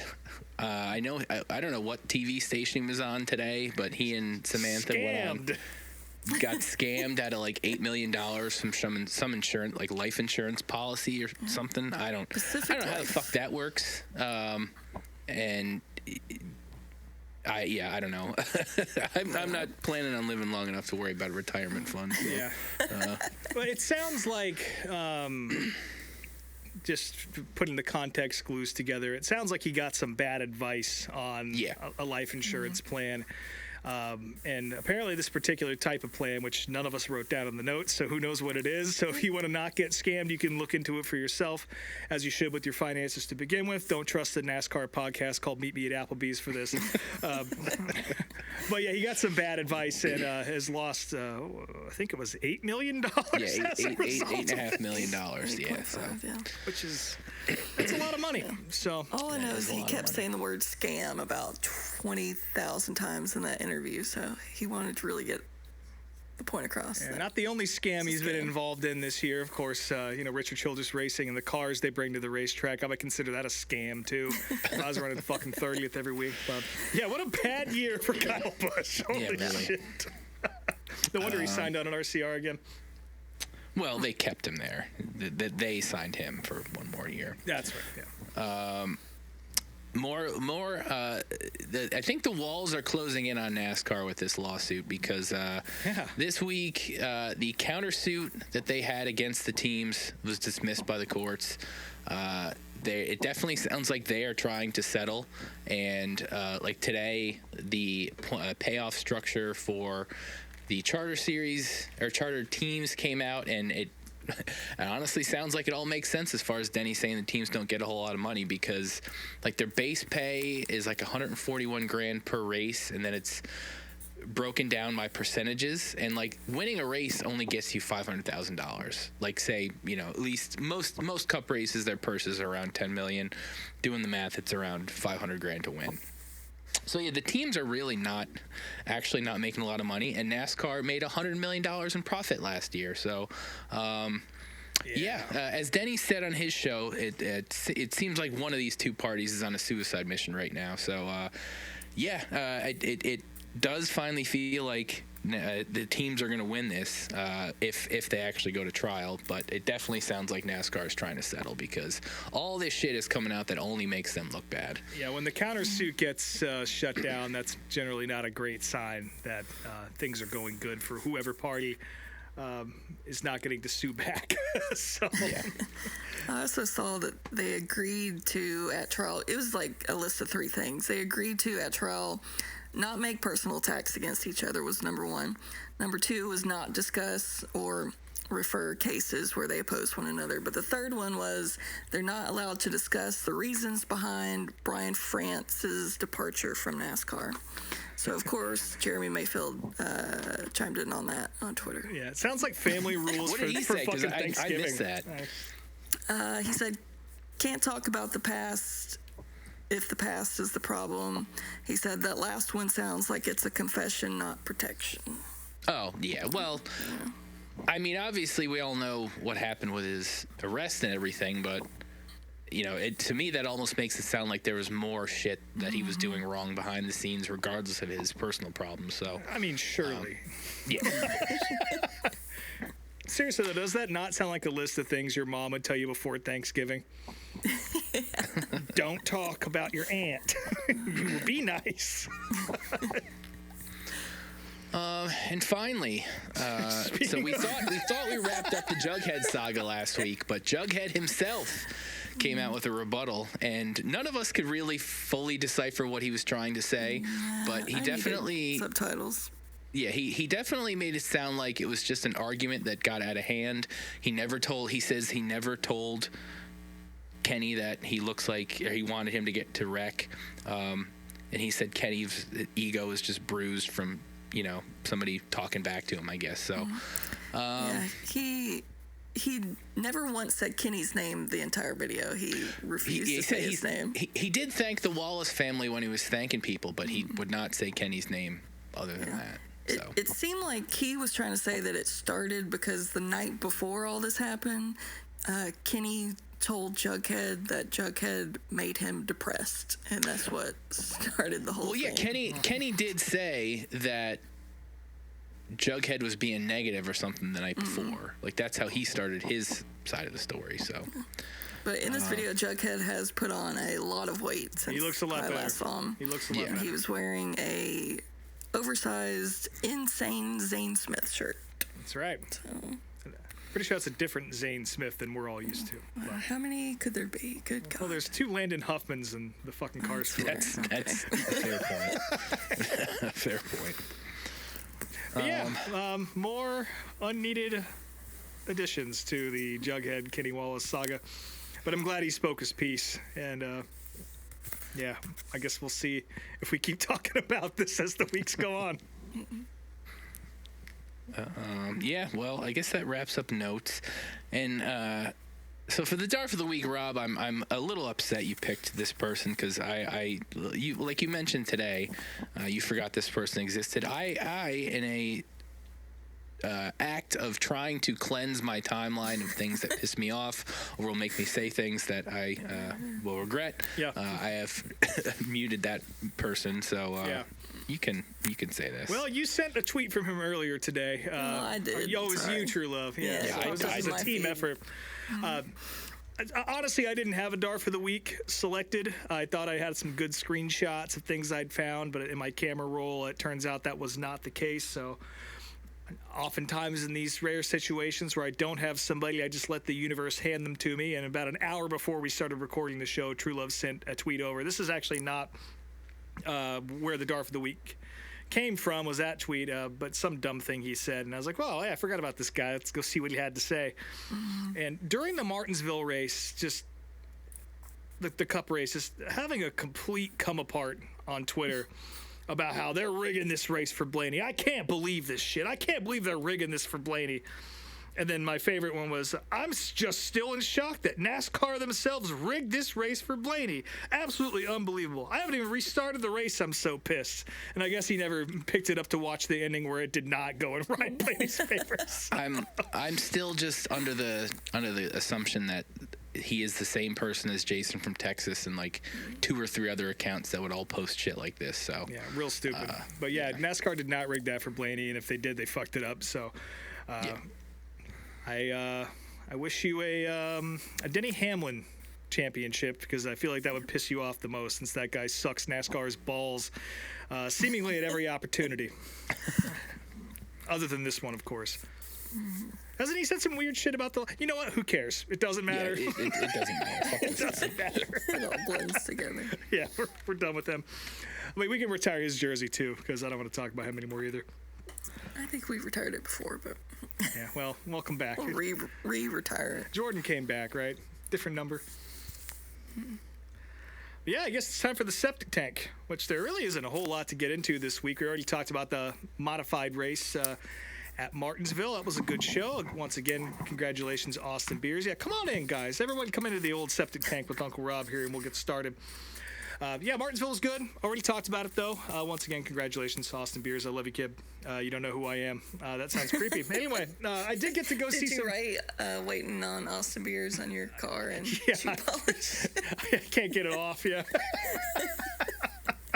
That wasn't the only modified racing of the weekend. Of course, the Tri-Track Series, along with the American-Canadian Tour, were down at Seekonk Speedway in disgusting shithole Seekonk, Massachusetts.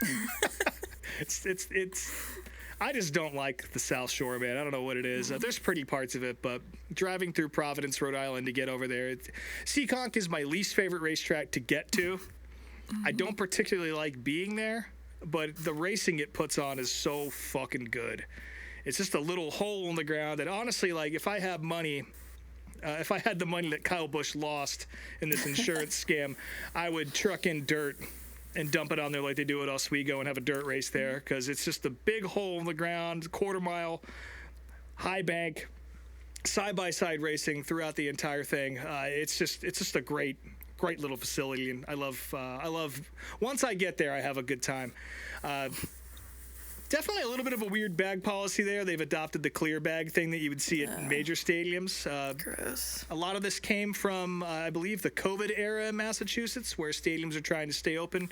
Seekonk being the only racetrack in Massachusetts, they somehow got, or maybe they chose to be part of this classification so they could stay open. They adopted all sorts of draconian policies about what you can bring in, etc. So unfortunately, a little dump short track has to adhere to the same rules as, say, Foxborough or something like that, which is kind of silly. So I just brought nothing in with me, which is always fun. Good buddy Charlie Marie, she unfortunately called in sick to the racetrack. She caught a virus that was going on around at work, and I was like, it is what it is. I've had people bail on me before, but I think she really wanted to go because she had bought a ticket. And people usually don't do that for short track races, at least the ones that I know anyway. So I know the intent was there, and I know she wouldn't just lie and bail on me on 2 hours before we're supposed to go. But she was kind enough to give me her ticket. She would refuse to accept cash. So that's the whole point of this. Thank you, Chuck. I really appreciate it. It was nice to get a free day of short track racing after a long year of paying for tickets. So I very much appreciate that. It also afforded me the opportunity to get there a couple hours later, because she was going to get there early and we were going to do the whole thing, walk the pits, do all this shit. But I don't need to do that by myself, so it gave me a couple extra hours at home. So everybody wins. Beautiful beautiful day, about 50 degrees, a little chilly at times, but you'll have that in New England in the fall. Don't really know exactly what happened in the street stocks. Didn't pay much attention to them. All I know is that Larry Barnett, my favorite driver from Thompson, made the haul and had a rough day. Basically went in there at a track he's probably never raced at or hasn't in many years and just ran in the back all day. So that was enough for me to not pay attention. But the American Canadian Tour always puts on a great show. They were the first of the features. The official Haunted 100 is their race. Raphael Lessard, do you guys remember him from the Truck Series running for KBM? Mm-hmm.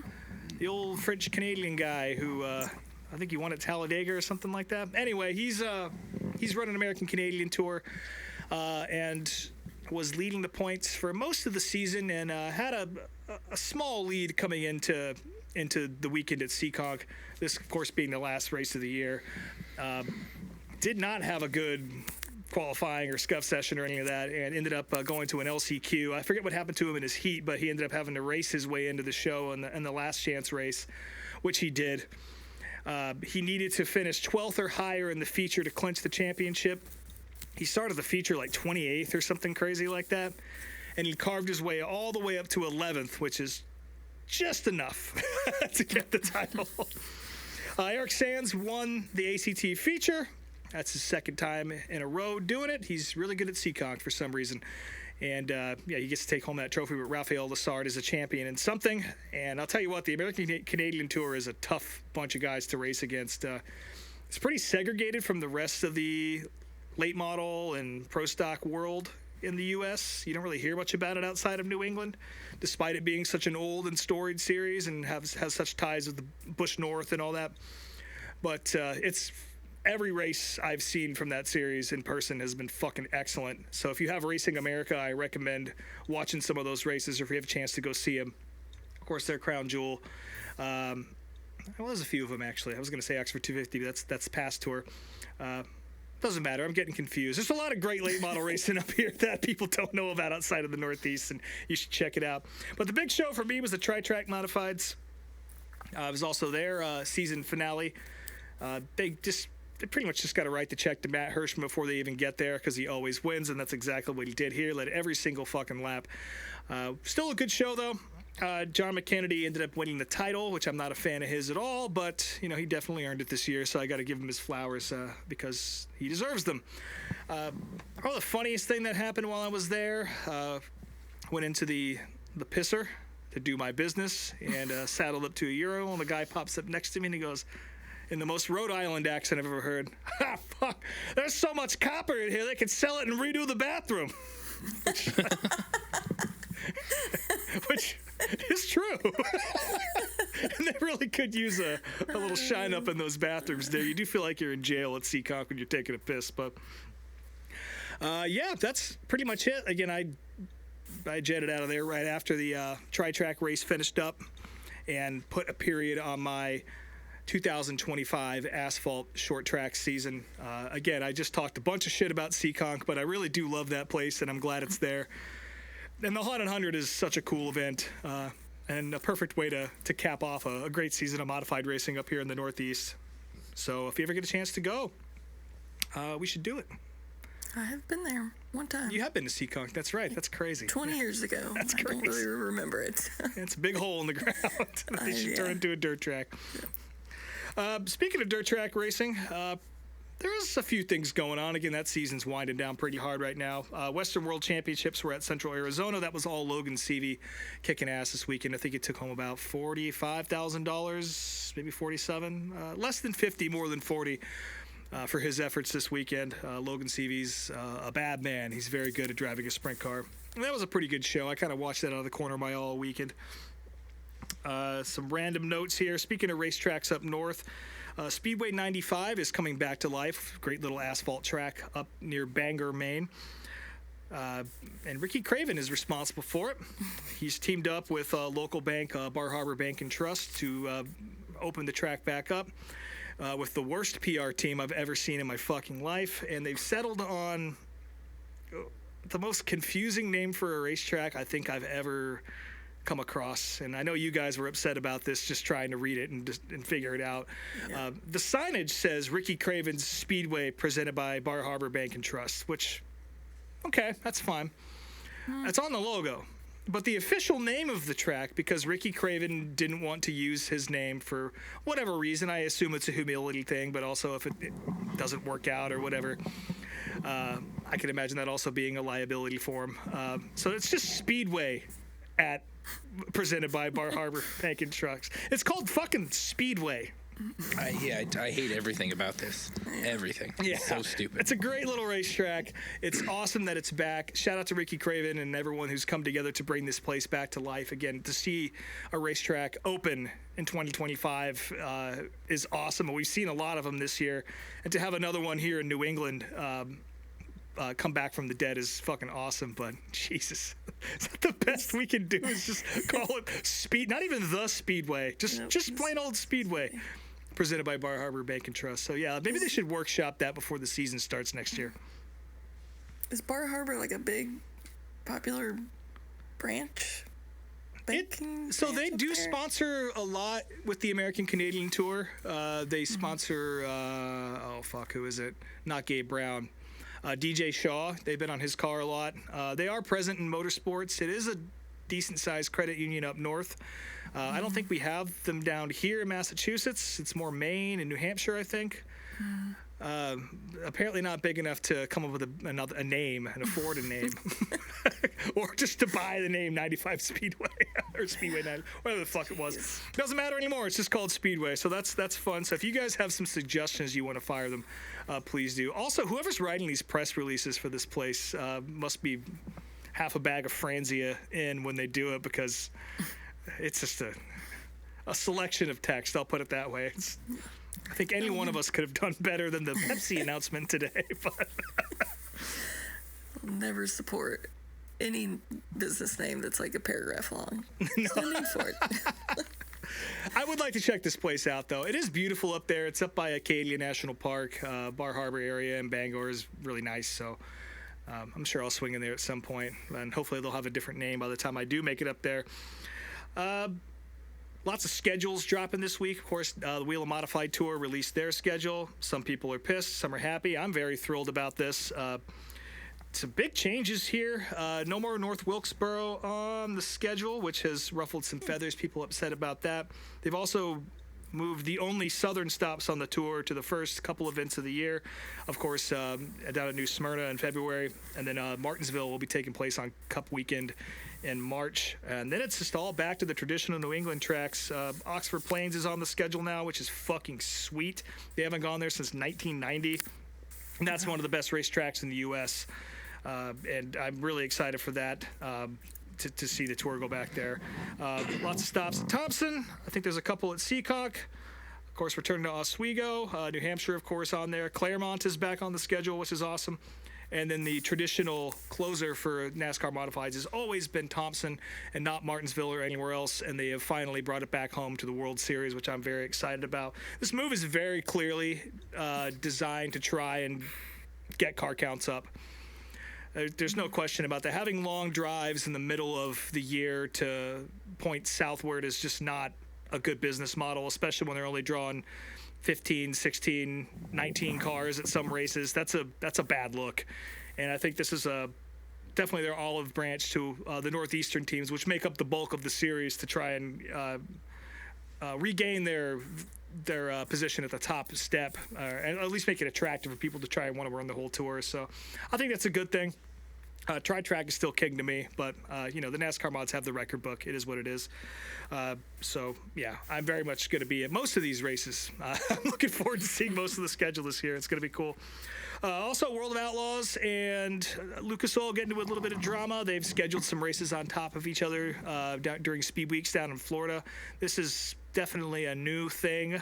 Each series has their own justification for doing it. It's going to kill car counts at both, unfortunately. But, they've been pretty friendly with the scheduling previously. But, this is the first time they've actively, that the World of Outlaws or WRG has scheduled something on top of a Lucas event.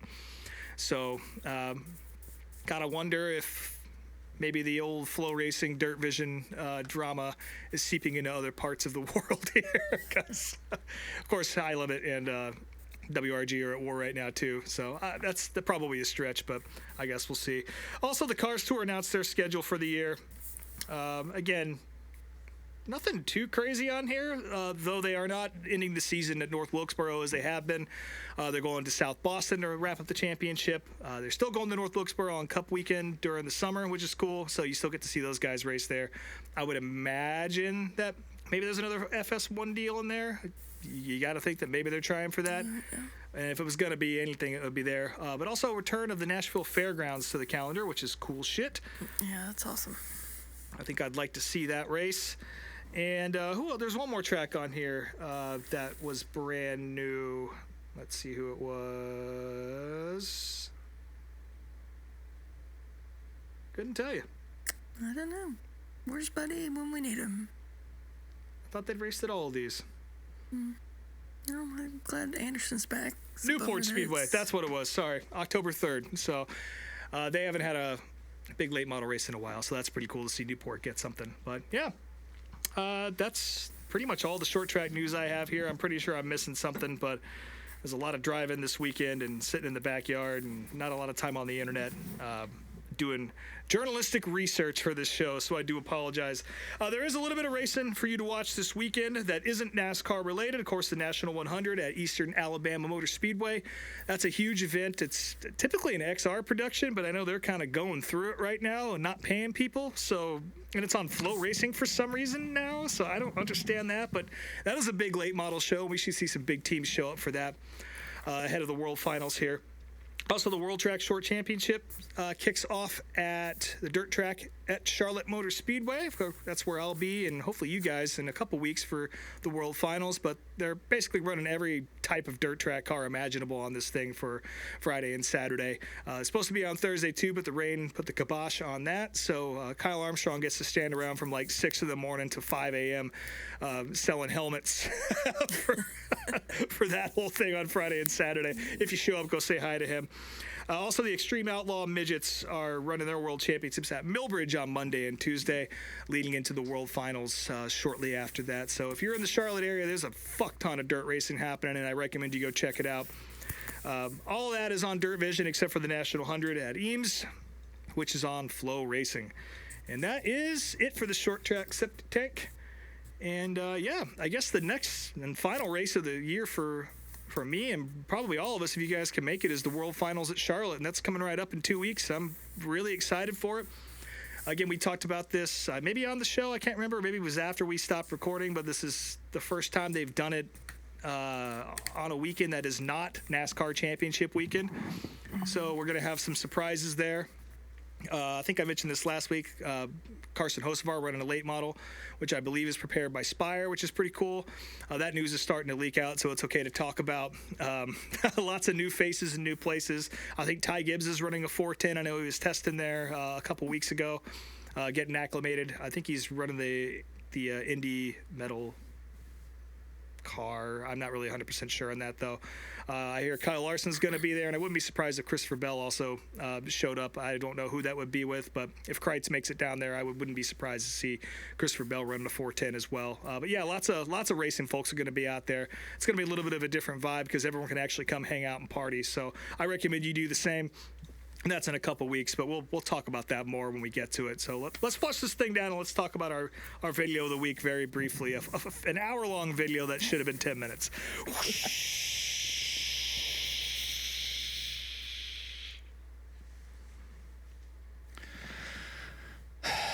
Wake up, Brien. It's time for the video of the week. This is another one that I regret picking because it just wasn't what I was hoping it to be. I wouldn't regret it.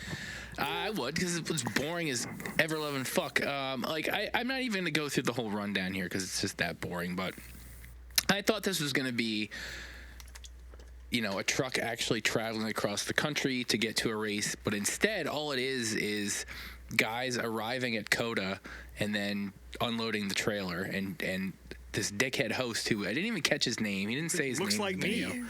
Never said his name. He's like a slightly larger version of me. This host he's got a big stupid beard, and He's irritating, but not funny at all. No beards. He's at Tread lightly, Brien. Listen, I get a beard too, but it's not some dickhead beard. But no, the beard has nothing to do with it. He just isn't funny and isn't really engaging enough to be a host. Like, I don't know, he must have some sort of bigger channel or something. But you really just get hardly anything out of this. Like, you know, I know I've seen cars get unloaded before. Doesn't need to be 45 minutes. There's a lot of footage of guys just standing around bullshitting and not even really getting any good stories out of it. We do see a couple really cool hauler drivers. There's this little tiny guy and then a guy with a big fat face and no neck that they were very, very entertaining, and they were both pissed off, like unloading the cars, which you know, that was a brief bit of entertainment. But it seems like you guys like, what's that? They parked them too close together. Yeah, they parked them too close, and they were bitching about that. But yeah, you guys seemed like you enjoyed this more than I did. So what are your thoughts? Because it was boring. So I had actually seen this before. I found that out because I opened the video up and I was already 35 minutes into it. So I'd never watched the end of it before. There actually is a part 2. Yeah, and I'm not ever going to see that. Which is actually way more interesting. It's of course. Because in part 1, this guy alludes to the truck driver he's working with, because our host is a secondary driver. He's a backup. Of course, all the local races, which is anything under 11 hours, they use their primary guy. And for anything further than that, like Texas, they'll put a second one in there so they don't fall asleep at the wheel and get in fights with people behind a fucking crack motel in Gastonia. And he kept talking about how this guy's going to make some dinner for us and we're going to see him cook. And you never get to it in this video. And as I watched a little. I kind of split it into 2 parts because, again, there's not much that happens here, which I actually don't mind. It kind of does show how monotonous a lot of the garage activity is for these guys. So I know that wasn't probably the intent of the video, but I thought it painted a nice picture of the hurry up and wait nature of racing in general. But they never get to this guy cooking, and it happens in part 2, which automatically loaded after this video ended. And that actually is pretty cool. Listen to this guy talk about how he got into trucking and how he learned to cook from his mom because the family had a restaurant and his dad was a trucker, and how he was able to fuse these 2 things into a career in racing. And that was cool, but unfortunately not part of our video of the week this week. No, all we get are these dickheads bitching about somebody stealing the jalapenos and how to pronounce jalapeno. So that's all we get out of that. What do you think, Truelove? I mean, I didn't mind it. I didn't need it to be 44 minutes, as we discussed. Yeah, that's my biggest complaint. Been chopped way down. And I didn't mind the host either. I thought he was like... God. What are you doing? Had lots of energy, and he was so positive. Like, clearly the road had not worn this guy down yet. But he was good at explaining the basics for newbies. I kind of just enjoyed learning the little monotonous day to day. Like the chocks and the hauler to keep the war wagons from sliding around and all that, and yeah. Because I feel like truck drivers in our industry don't get the attention or recognition that they always deserve, and they're such a vital part of making this whole show go around. So 100%. Yeah. I kind of enjoyed the little day to day and the old grumpy men, and I agree. But it could have been cut down. It could have made one video out of all the content, and it would have been a top level video of the week. But instead, it chose to make it 2 parts for some reason, and got some gas station shenanigans too. I mean, it wasn't even good gas station shenanigans. Come on. This is old men just talking about sodas or whatever the fuck they were talking about. I like that. Awful. I mean, I wish I had a stop motion video or something for you guys. I love that this is the first time you've picked a video of the week that you felt punished by, but we enjoy. Yeah. So this is how it feels, Brien. Yeah. Well, I did pick something that's I think will be somewhat entertaining, because I think this will probably be our last video of the week, because I feel like, while we haven't discussed it off the air yet, but I have to imagine the World Finals will be the last big show for the winter. So we're going to go off on an episode of Nashville Now from January 1992, featuring all NASCAR drivers and personalities as guests. It's an entire. I skimmed through it, and there's definitely some entertaining stuff in it. There is an RC car race in it, announced by Mike Joy. So I think there'll be some good stuff in this one. So nice little Ralph Nashville Henry now action from 1992. That's what we're watching. Sounds amazing. Yes, it does. Yeah. But yeah, this is it, folks. This is the final NASCAR weekend of the year. We already talked about everything, more than enough. I feel like I don't think there's much else to say until next week when we break down all that happened. So I'm excited. I'm excited for all 3 races, and I'm excited to talk to you guys about them next week. So. Absolutely, yeah. But yeah, as always, you can follow us on Instagram at meetmeatapplebees. Follow us on YouTube at meetmeatapplebees. I'm Speedway Screens on all the things, and speedwaytsj.etsy.com is the shop, and save 15% off with MMA Applebees at checkout. But there's going to be a season-ending sale this weekend, so you'll save 25% off this weekend. God damn, that's a lot. Nice. Over to Truelove. Well, still staying down Truelove. I will probably share some Martinsville pictures in like a year or something, so make sure you tune in. Perfect. Still cleaning out my camera roll from last year. And hopefully your mouth injury will be healed by then, and everyone's off concussion protocol. Rob Motes _unofficial on Instagram. My band's called These Wild Plains. Shout out to my boys from Somme. Just got back from the UK today. Also, my bandmate and brother, Ben Voss, was running sound on that tour, and I hope he had a nice tall glass of whiskey when he got home to unwind from a week of driving those guys around. 2 weeks, actually. So apparently it was a great tour. Glad that they got back safe. It's always fun to see the boys go out there and do cool shit. But yeah, go check their band out. Again, they're called Somme. Good stuff. Brien, are you okay over there? I heard my cat at the door. I heard my cat at the door, and he's not at the door, so I was just trying to call him back in. my cat is not on drugs today. Came all the way to the Applebee's. Shrimp scraps. All right, well, with that, the check is here, so thanks for joining us again at Applebee's, and we'll talk to you all next week.